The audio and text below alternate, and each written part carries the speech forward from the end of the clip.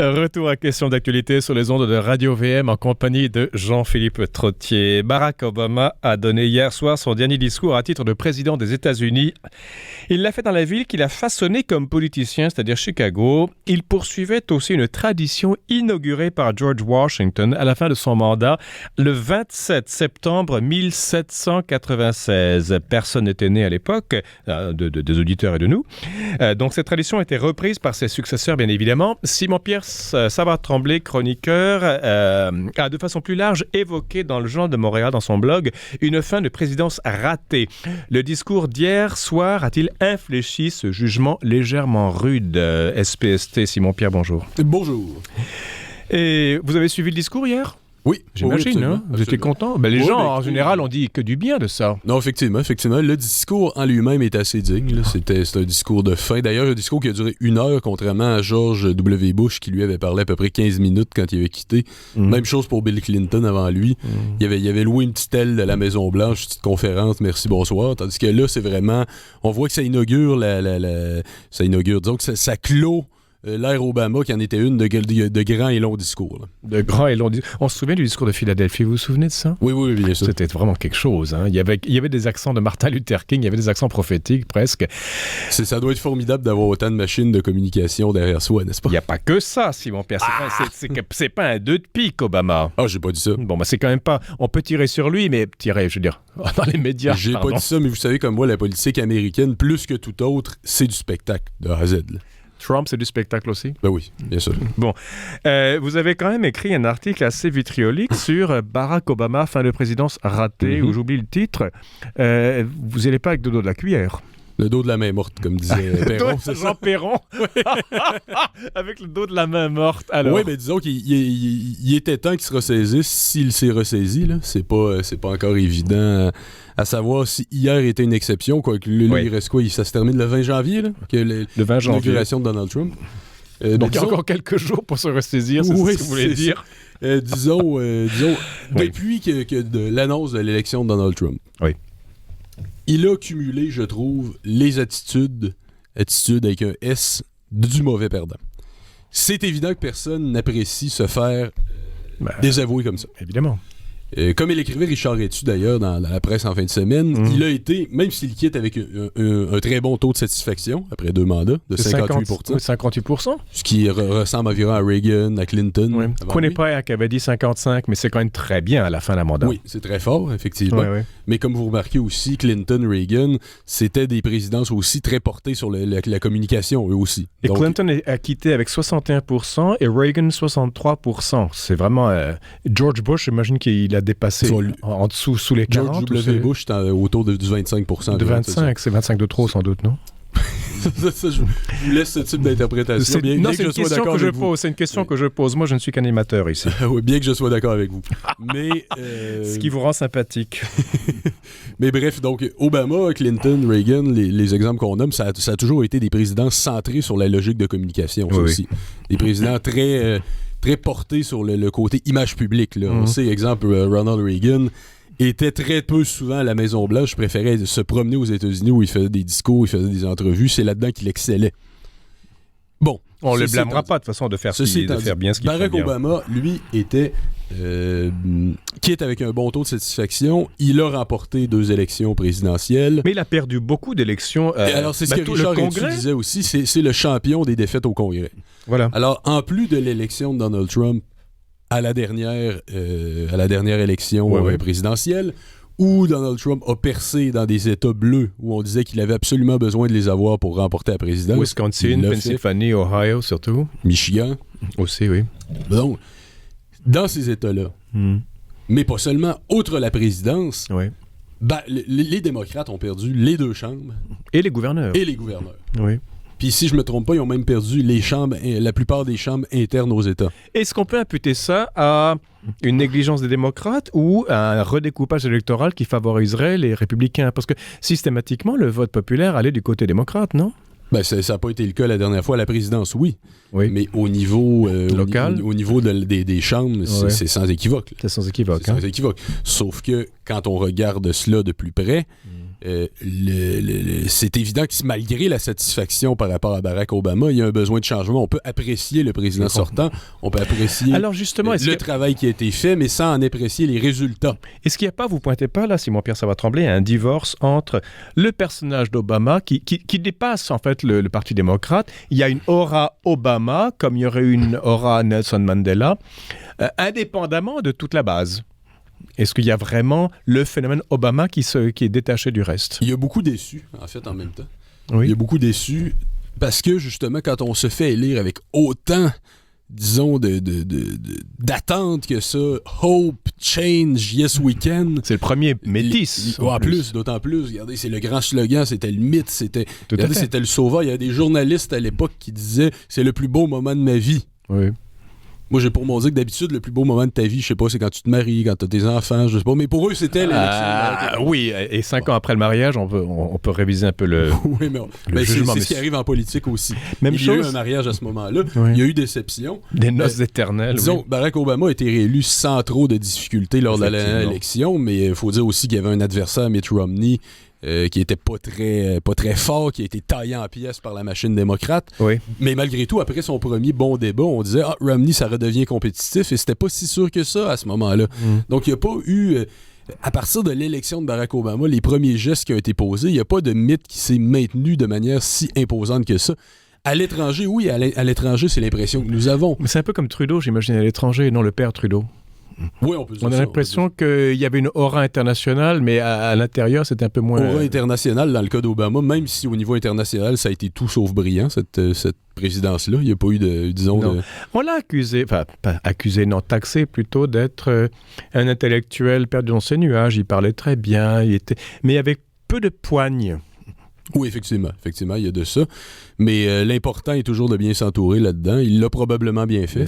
Ben, il a eu Hillary Clinton comme secrétaire d'État. Il a eu Hillary Clinton, mais voyez-vous, quand je vous disais tout à l'heure qu'il agissait comme quelqu'un qui était très amer, très aigri, il y a eu tout d'abord, il y a eu cette déclaration-là à l'effet que si lui... Barack Obama avait pu être candidat pour une 3e fois, il aurait remporté un 3e mandat. Ça, il se jette des fleurs ou il jette le pot à Hillary Clinton? Ben, c'est ce que je me dis. C'est même pas méchant envers Donald Trump. Il est même pas en train de dire à Donald Trump, je suis meilleur que toi. Il est en train de dire, Hillary Clinton, je suis meilleur que toi.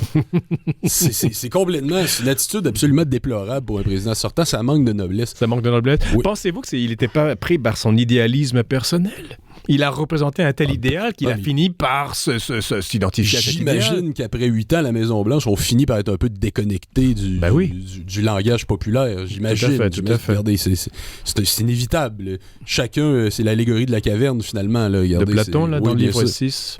Non, livre 4 ou le livre 6 de la République? Je ne me souviens pas, mais... Alors, on refera nos devoirs et la semaine prochaine, on vous dira de quel livre de Platon il s'agit. C'est dans la République, en tout cas, le mythe de la caverne. On fait une chronique là-dessus aussi. Ça fait plusieurs sujets qu'on remet à des chroniques. C'est très bien. On les prend jamais en note. On les prend jamais en note. C'est les éditeurs qui vont nous rappeler, ils vont nous téléphoner. Hey, t'as dit ça ici. Revenons à Obama, donc, Simon-Pierre Savard-Tremblay. 8 ans à la présidence, à la Maison-Blanche. À un moment donné, on ne comprend pas, puis on l'a vu encore dans son discours hier, il a dit « Yes, we did ». Autrement dit, il est très fier de son bilan. C'est de bonne guerre. C'est normal de vanter son bilan quand on quitte la présidence. Oui, on va pas dire « j'étais un mauvais président ». Sauf que, en même temps, il faut aussi assumer certains ratés. Quoi, par exemple? Ben, s'il y a eu cette insatisfaction-là qui a mené à l'élection de Trump, ça, c'est tout. C'est toute l'insatisfaction. On n'arrête pas de regarder l'élection de Trump en disant ça n'a pas de bon sens, c'est les cutéreux, c'est les. Regardez, c'est les blancs inéduqués, les racistes, justement, les xénophobes. Si nous comprenons, c'est ce que ni à l'étranger on comprend, c'est ce que ni les analystes ne comprennent, et c'est ce que ni non plus les politiciens américains. Mais là, c'est toute la machine. Barack Obama le premier. Ils ne comprennent pas que ces gens-là ont aussi laissé des gens pour compte. En fait, c'est toute la machine démocrate états-unienne qui n'a pas encore pris la mesure de ce qui s'est passé, drapé dans leur vertu, dans leur progressisme, dans leur ouverture et tout ça. Je veux dire, même Hollywood. Vous vous souvenez du discours de Meryl Streep il n'y a pas longtemps au Golden Globes? Encore une fois. Mon collègue au journal de Montréal, Richard Martineau, il écrivait, il disait que c'est tellement courageux de la part d'une artiste de dénoncer Donald Trump, disait-il avec beaucoup de sarcasme. Puis je suis d'accord, regardez, c'est à la mode, il n'y a rien. Tous les artistes ont presque tous refusé de chanter à son inauguration. Puis regardez, c'est comme les artistes de partout dans le monde, finalement. C'est tellement bon de se dire progressiste, ça paraît tellement bien. C'est comme même, c'est l'étiquette de base dont nous avons besoin pour être capable capable d'être dans le milieu. Là. C'est beaucoup d'artistes qui s'assument en tant que conservateurs. Claude Dubois voulait être un artiste, il le chantait. Alors qu'est-ce qu'il aurait dit, lui? Lui, dans son cas, qu'est-ce qu'il aurait fait? Au Québec, vous parlez? Non, j'imagine, parce qu'il dit j'aurais voulu être un artiste. Alors, avec ces exemples que vous vous donnez, c'est pas glorieux. C'est pas difficile. c'est pas difficile, comme vous voyez. Écoutez, dans votre texte du Journal de Montréal, Simon-Pierre Savard-Tremblay, vous parlez d'une fin de présidence ratée. Évidemment, Obama a multiplié, après les résultats électoraux du 8 novembre dernier, il a multiplié les gestes symboliques pour se démarquer de futures politiques de Donald Trump. Je vous ai d'abord donné l'exemple de ce qu'il a dit sur le troisième mandat qu'il a obtenu. Ça, c'est déjà un exemple. Hein? La première chose qu'il a fait, me semble-t-il, c'est d'avoir sanctuarisé une trentaine de sites coraux. Pour les éviter qu'il y ait des forages. Dans le Nord et dans l'Arctique et l'Atlantique. Oui. Hein? Alors, là, l'idée était, puis ça, c'est en collaboration avec le Canada, que selon lui, mais quand on creuse d'ailleurs, c'est pas si clair que ça, mais selon lui, ce serait bétonné que la future présidence ne pourrait pas renverser constitutionnellement la protection de ces sites-là. Donc lui, dans sa tête, il se dit, maintenant, j'ai lié les mains de mon successeur par rapport à cet enjeu-là. Il ne pourra pas y toucher. Vous n'auriez pas fait ça, vous, à sa place?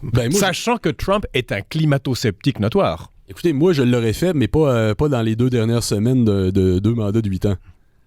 Donnant 8 ans au total. D'accord. C'est-à-dire que ça me fait rire qu'on applaudisse ça. On dit « Ah, c'est donc formidable ce qu'il a fait, il a protégé des sites. » Mais pendant 8 ans, il n'était pas protégé. Mais oui, mais pendant 1 an, personne ne voyait Trump à la présidence. Et là, il a dû faire bouchée double pour bien des choses. Mais oui, mais faire les bouchées doubles, je veux bien, là, mais regardez, ça veut dire que ce qui est bon pour Pitou est pas bon pour Minou, comme on dit par chez nous. Là. Comment ça? Ça veut dire que pourquoi est-ce qu'ils doivent être protégés maintenant puis ils méritaient pas d'être protégés au jour 1 de son élection à lui, Barack Obama, en 2008. Oui, mais l'urgence aurait été un peu moins urgente si ça avait été quelqu'un d'autre que Trump qui serait venu au pouvoir. Pas possible. Là, il arrive au pouvoir et soudain on se dit, mon Dieu, il ne reste plus que 2 mois pour faire ce que j'aurais voulu faire pendant 8 ans. On comprend quand même, faire ce qu'il aurait voulu faire. Il y a eu du temps en masse, mais... il y avait autre chose. Oui, il y avait autre chose, mais je vois pas ce qui empêchait de le faire néanmoins. Bon, allez. Puis, regardez, c'est quand même une claire volonté d'embêter, voire emmerder son successeur. Il a quand même assez bien réussi. Il y a une troisième chose, la Russie, où la Russie, alors ça, également... c'est le gros dossier. Ouais. Vous savez, c'était à la veille du Nouvel An, c'était, si je me rappelle bien, le 30 décembre, que Barack Obama annonce qu'il expulse 35 diplomates. 35 diplomates russes des États-Unis. Suite à des allégeances d'espionnage ou de... Des allégations, oui. Allégations, pardon, oui. Allégeances. De piratage russe par rapport à la campagne démocrate pour favoriser Hillary Clinton. Puis là, hier, d'ailleurs, on entendait un nouveau dossier que les systèmes de renseignement russes auraient des renseignements sur les orgies que Donald Trump aurait faites à Moscou. Et entre 2 orgies, il allait aussi voir des gens à plus haut niveau. Non? Entre 2 orgies, parce qu'il faut bien se détendre entre les deux. Voilà, exactement. Le travail, il faut joindre le futile à l'agréable. Que par les Russes. Oui, d'accord. Et par l'administration Poutine. D'ailleurs, Vladimir Poutine a bien fait de ne pas embarquer là-dedans, dans cette espèce dans le coup de Barack Obama, de l'expulsion des diplomates. Là. Je crois que on ne fait pas ça empoisonner les relations avec un autre pays du G8 quand on va quitter dans 3 semaines. On ne fait pas ça. Quand on va passer la POC à son successeur après, là, on ne fait pas ça. Je veux bien, mais je pense que ce qu'il a fait s'inscrit également dans une diabolisation de la Russie depuis plusieurs années, par l'Europe, par le Canada, par les États-Unis, parce qu'il a annexé la Crimée en 2014, etc. Tout ça fait que Vladimir Poutine est persona non grata. Trump se démarque de tout ce monde-là, alors j'imagine que Barack Obama a voulu faire un barreau d'honneur pour mettre un point final à ça. C'est ça ma signature.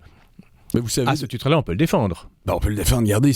En fonction de tout ce qu'il a fait. La raison officielle, c'est le piratage. Oui. Puis il n'y a pas encore, à ce jour, d'informations assez précises qui peuvent soutenir cette théorie. On ne fait pas un geste d'une telle ampleur, c'est une crise diplomatique de faire ça, d'expulser 35 diplomates. Je dis pas s'il était en début de mandat qu'on apprenait ça. Oui. D'accord. Oui. Mais on fait pas ça juste avant de passer la main, de passer le pouvoir à son successeur. Se dire... c'est la politique de la terre brûlée. se dire que Obama, donc, en disant qu'il aurait été élu une troisième fois, donc c'est une gifle à l'endroit de Hillary Clinton, protéger une trentaine de sites coraux de l'Arctique et de l'Atlantique, et c'est un peu dernière minute, et c'est mal bétonné à votre avis, empoisonner les relations déjà mauvaises avec la Russie. Est-ce que le président Obama a agi par arrogance, sous le coup de la panique? Il a voulu laisser symboliquement sa marque. Et comment vous interprétez? Vous dites que c'est une fin de présidence ratée. Mais qu'est-ce qui peut avoir présidé à ces choix présidentiels? Écoutez, je ne suis pas psychologue et je ne l'ai jamais reçu sur mon divan. Mais on peut... Un récamier irait mieux pour un président, il me semble. Pardon? Un récamier irait mieux pour un président. Vous le dites. Mais je crois néanmoins qu'il y a de l'amertume, ce qui, encore une fois, se comprend. Oui. Mais pour quelqu'un dont on a toujours vanté l'honneur et la noblesse, je trouve que c'est pas à la hauteur depuis désignation de son successeur. Encore une fois, je pense, est-ce qu'il n'y a pas un facteur panique? Parce qu'on ne connaît pas. Trump, c'est une inconnue. Même les milieux économiques, la bourse a bien grimpé de plusieurs pourcentages en Amérique du Nord, etc. Les bourses, on ne connaît pas sa politique économique. On s'inquiète des nominations de Trump. On la connaît, mais elle est dure à suivre. On la connaît, oui. On en reparlera si vous voulez une autre fois. Là, cette fois-ci, je m'engage à le faire. Une troisième promesse encore? Là, on est plus qu'à 3, mais cette fois-ci, je vous dis... Vous venez de la job pour les années 2020. Vous venez de la job pour toute la présidence Trump. Politique étrangère. Mais il va y avoir beaucoup de choses à suivre par rapport à la présidence Trump. À chaque tweet que le président va sortir, ça fera un scandale. D'ailleurs, il y avait un sondage aujourd'hui comme quoi la cote de Trump, avant même son inauguration, a chuté dramatiquement. Ah bon? Et qu'il est presque unanime, tant chez les républicains que chez les démocrates, qu'il devrait fermer son compte Twitter. C'est comme... Alors justement, tiens, on va finir là-dessus, Simon-Pierre Savard-Tremblay. C'est une première d'avoir un président de la première puissance mondiale, enfin quelqu'un d'aussi important que ça, communiquer avec 144 caractères maximum. Je veux dire, quand on est numéro 1, bon, le pape envoie des tweets, aimez-vous les uns les autres, ou Jésus vous aime, des choses comme ça, il y a une tradition biblique de 2000 ans, on s'y raccroche. Mais quand un président dit j'aime pas un tel, ou celle-là est une actrice surévaluée, ou ci ou ça, c'est un peu plus grave, non? Ou c'est une nouvelle façon de gouverner maintenant? C'est ce qui est à voir, justement. Qu'est-ce qui va être labouré avec ça? On a parlé beaucoup de Justin Trudeau, comment il avait labouré de nouveaux sentiers, comment sa manière de procéder était nouvelle, qu'elle poussait la société du spectacle à un nouveau niveau, à une étape plus avancée, pardon. C'est probablement le cas de Donald Trump, mais avec un personnage complètement différent. Mais quand vous rencontrez justement une agence de communication, ils vont toujours d'abord penser quel personnage on construit autour de toi. Donc que les personnages soient différents, et même radicalement différents, que les positionnements politiques soient différents, ne change rien au fait que ce sont deux produits d'une même nouvelle culture politique. Et vous êtes produit de quoi, vous, Simon-Pierre? Moi, je suis produit de quoi? C'est pas sur moi que ça porte aujourd'hui. Non, mais je vous mets en pleine lumière, je vous fais l'honneur de vous mettre sur un piédestal. Mais écoutez, je ne suis pas à la tête des États-Unis ni à la tête du Canada. Alors, je me verrais mal me comparer à ces deux-là. Bon, ben c'est habilement répondu. Moi, je suis un produit de Radio Ville-Marie, tiens. Radio VM. Ben, écoutez, vous êtes parmi les rares chanceux. Je vous envie pas, j'y suis aussi, moi aussi. Alors, écoutez, on vous donne rendez-vous dans la semaine prochaine? Oui, avec grand plaisir. Alors, on verra le sujet selon l'actualité. Avant de finir, je vous annonce que j'ai reçu sur mon genou, mes deux genoux en fait, parce que c'est une grosse revue, Incursion dans l'athéisme de la revue Relations, c'est le numéro 788 de février 2017. Et il est question d'une question que l'on pose vers un revenu minimum garanti au Québec et des questions de sens par Jean Bédard. Il y a pas mal de plumes et d'articles très intéressants. Il y a Incursion dans l'athéisme de Jean-Claude Ravet, Un athéisme de refus ou un athéisme de dialogue par Pierre Zaoui, maître de conférence en philosophie à Paris 7, l'Université de la Sorbonne.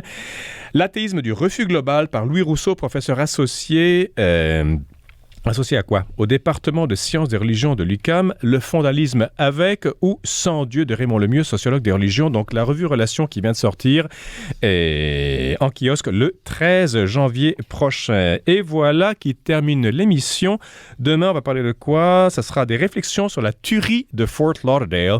Et ensuite, l'étude exercice plus musique égale motivation. À la régie Daniel Fortin, ici Jean-Philippe Trottier, je vous dis à demain.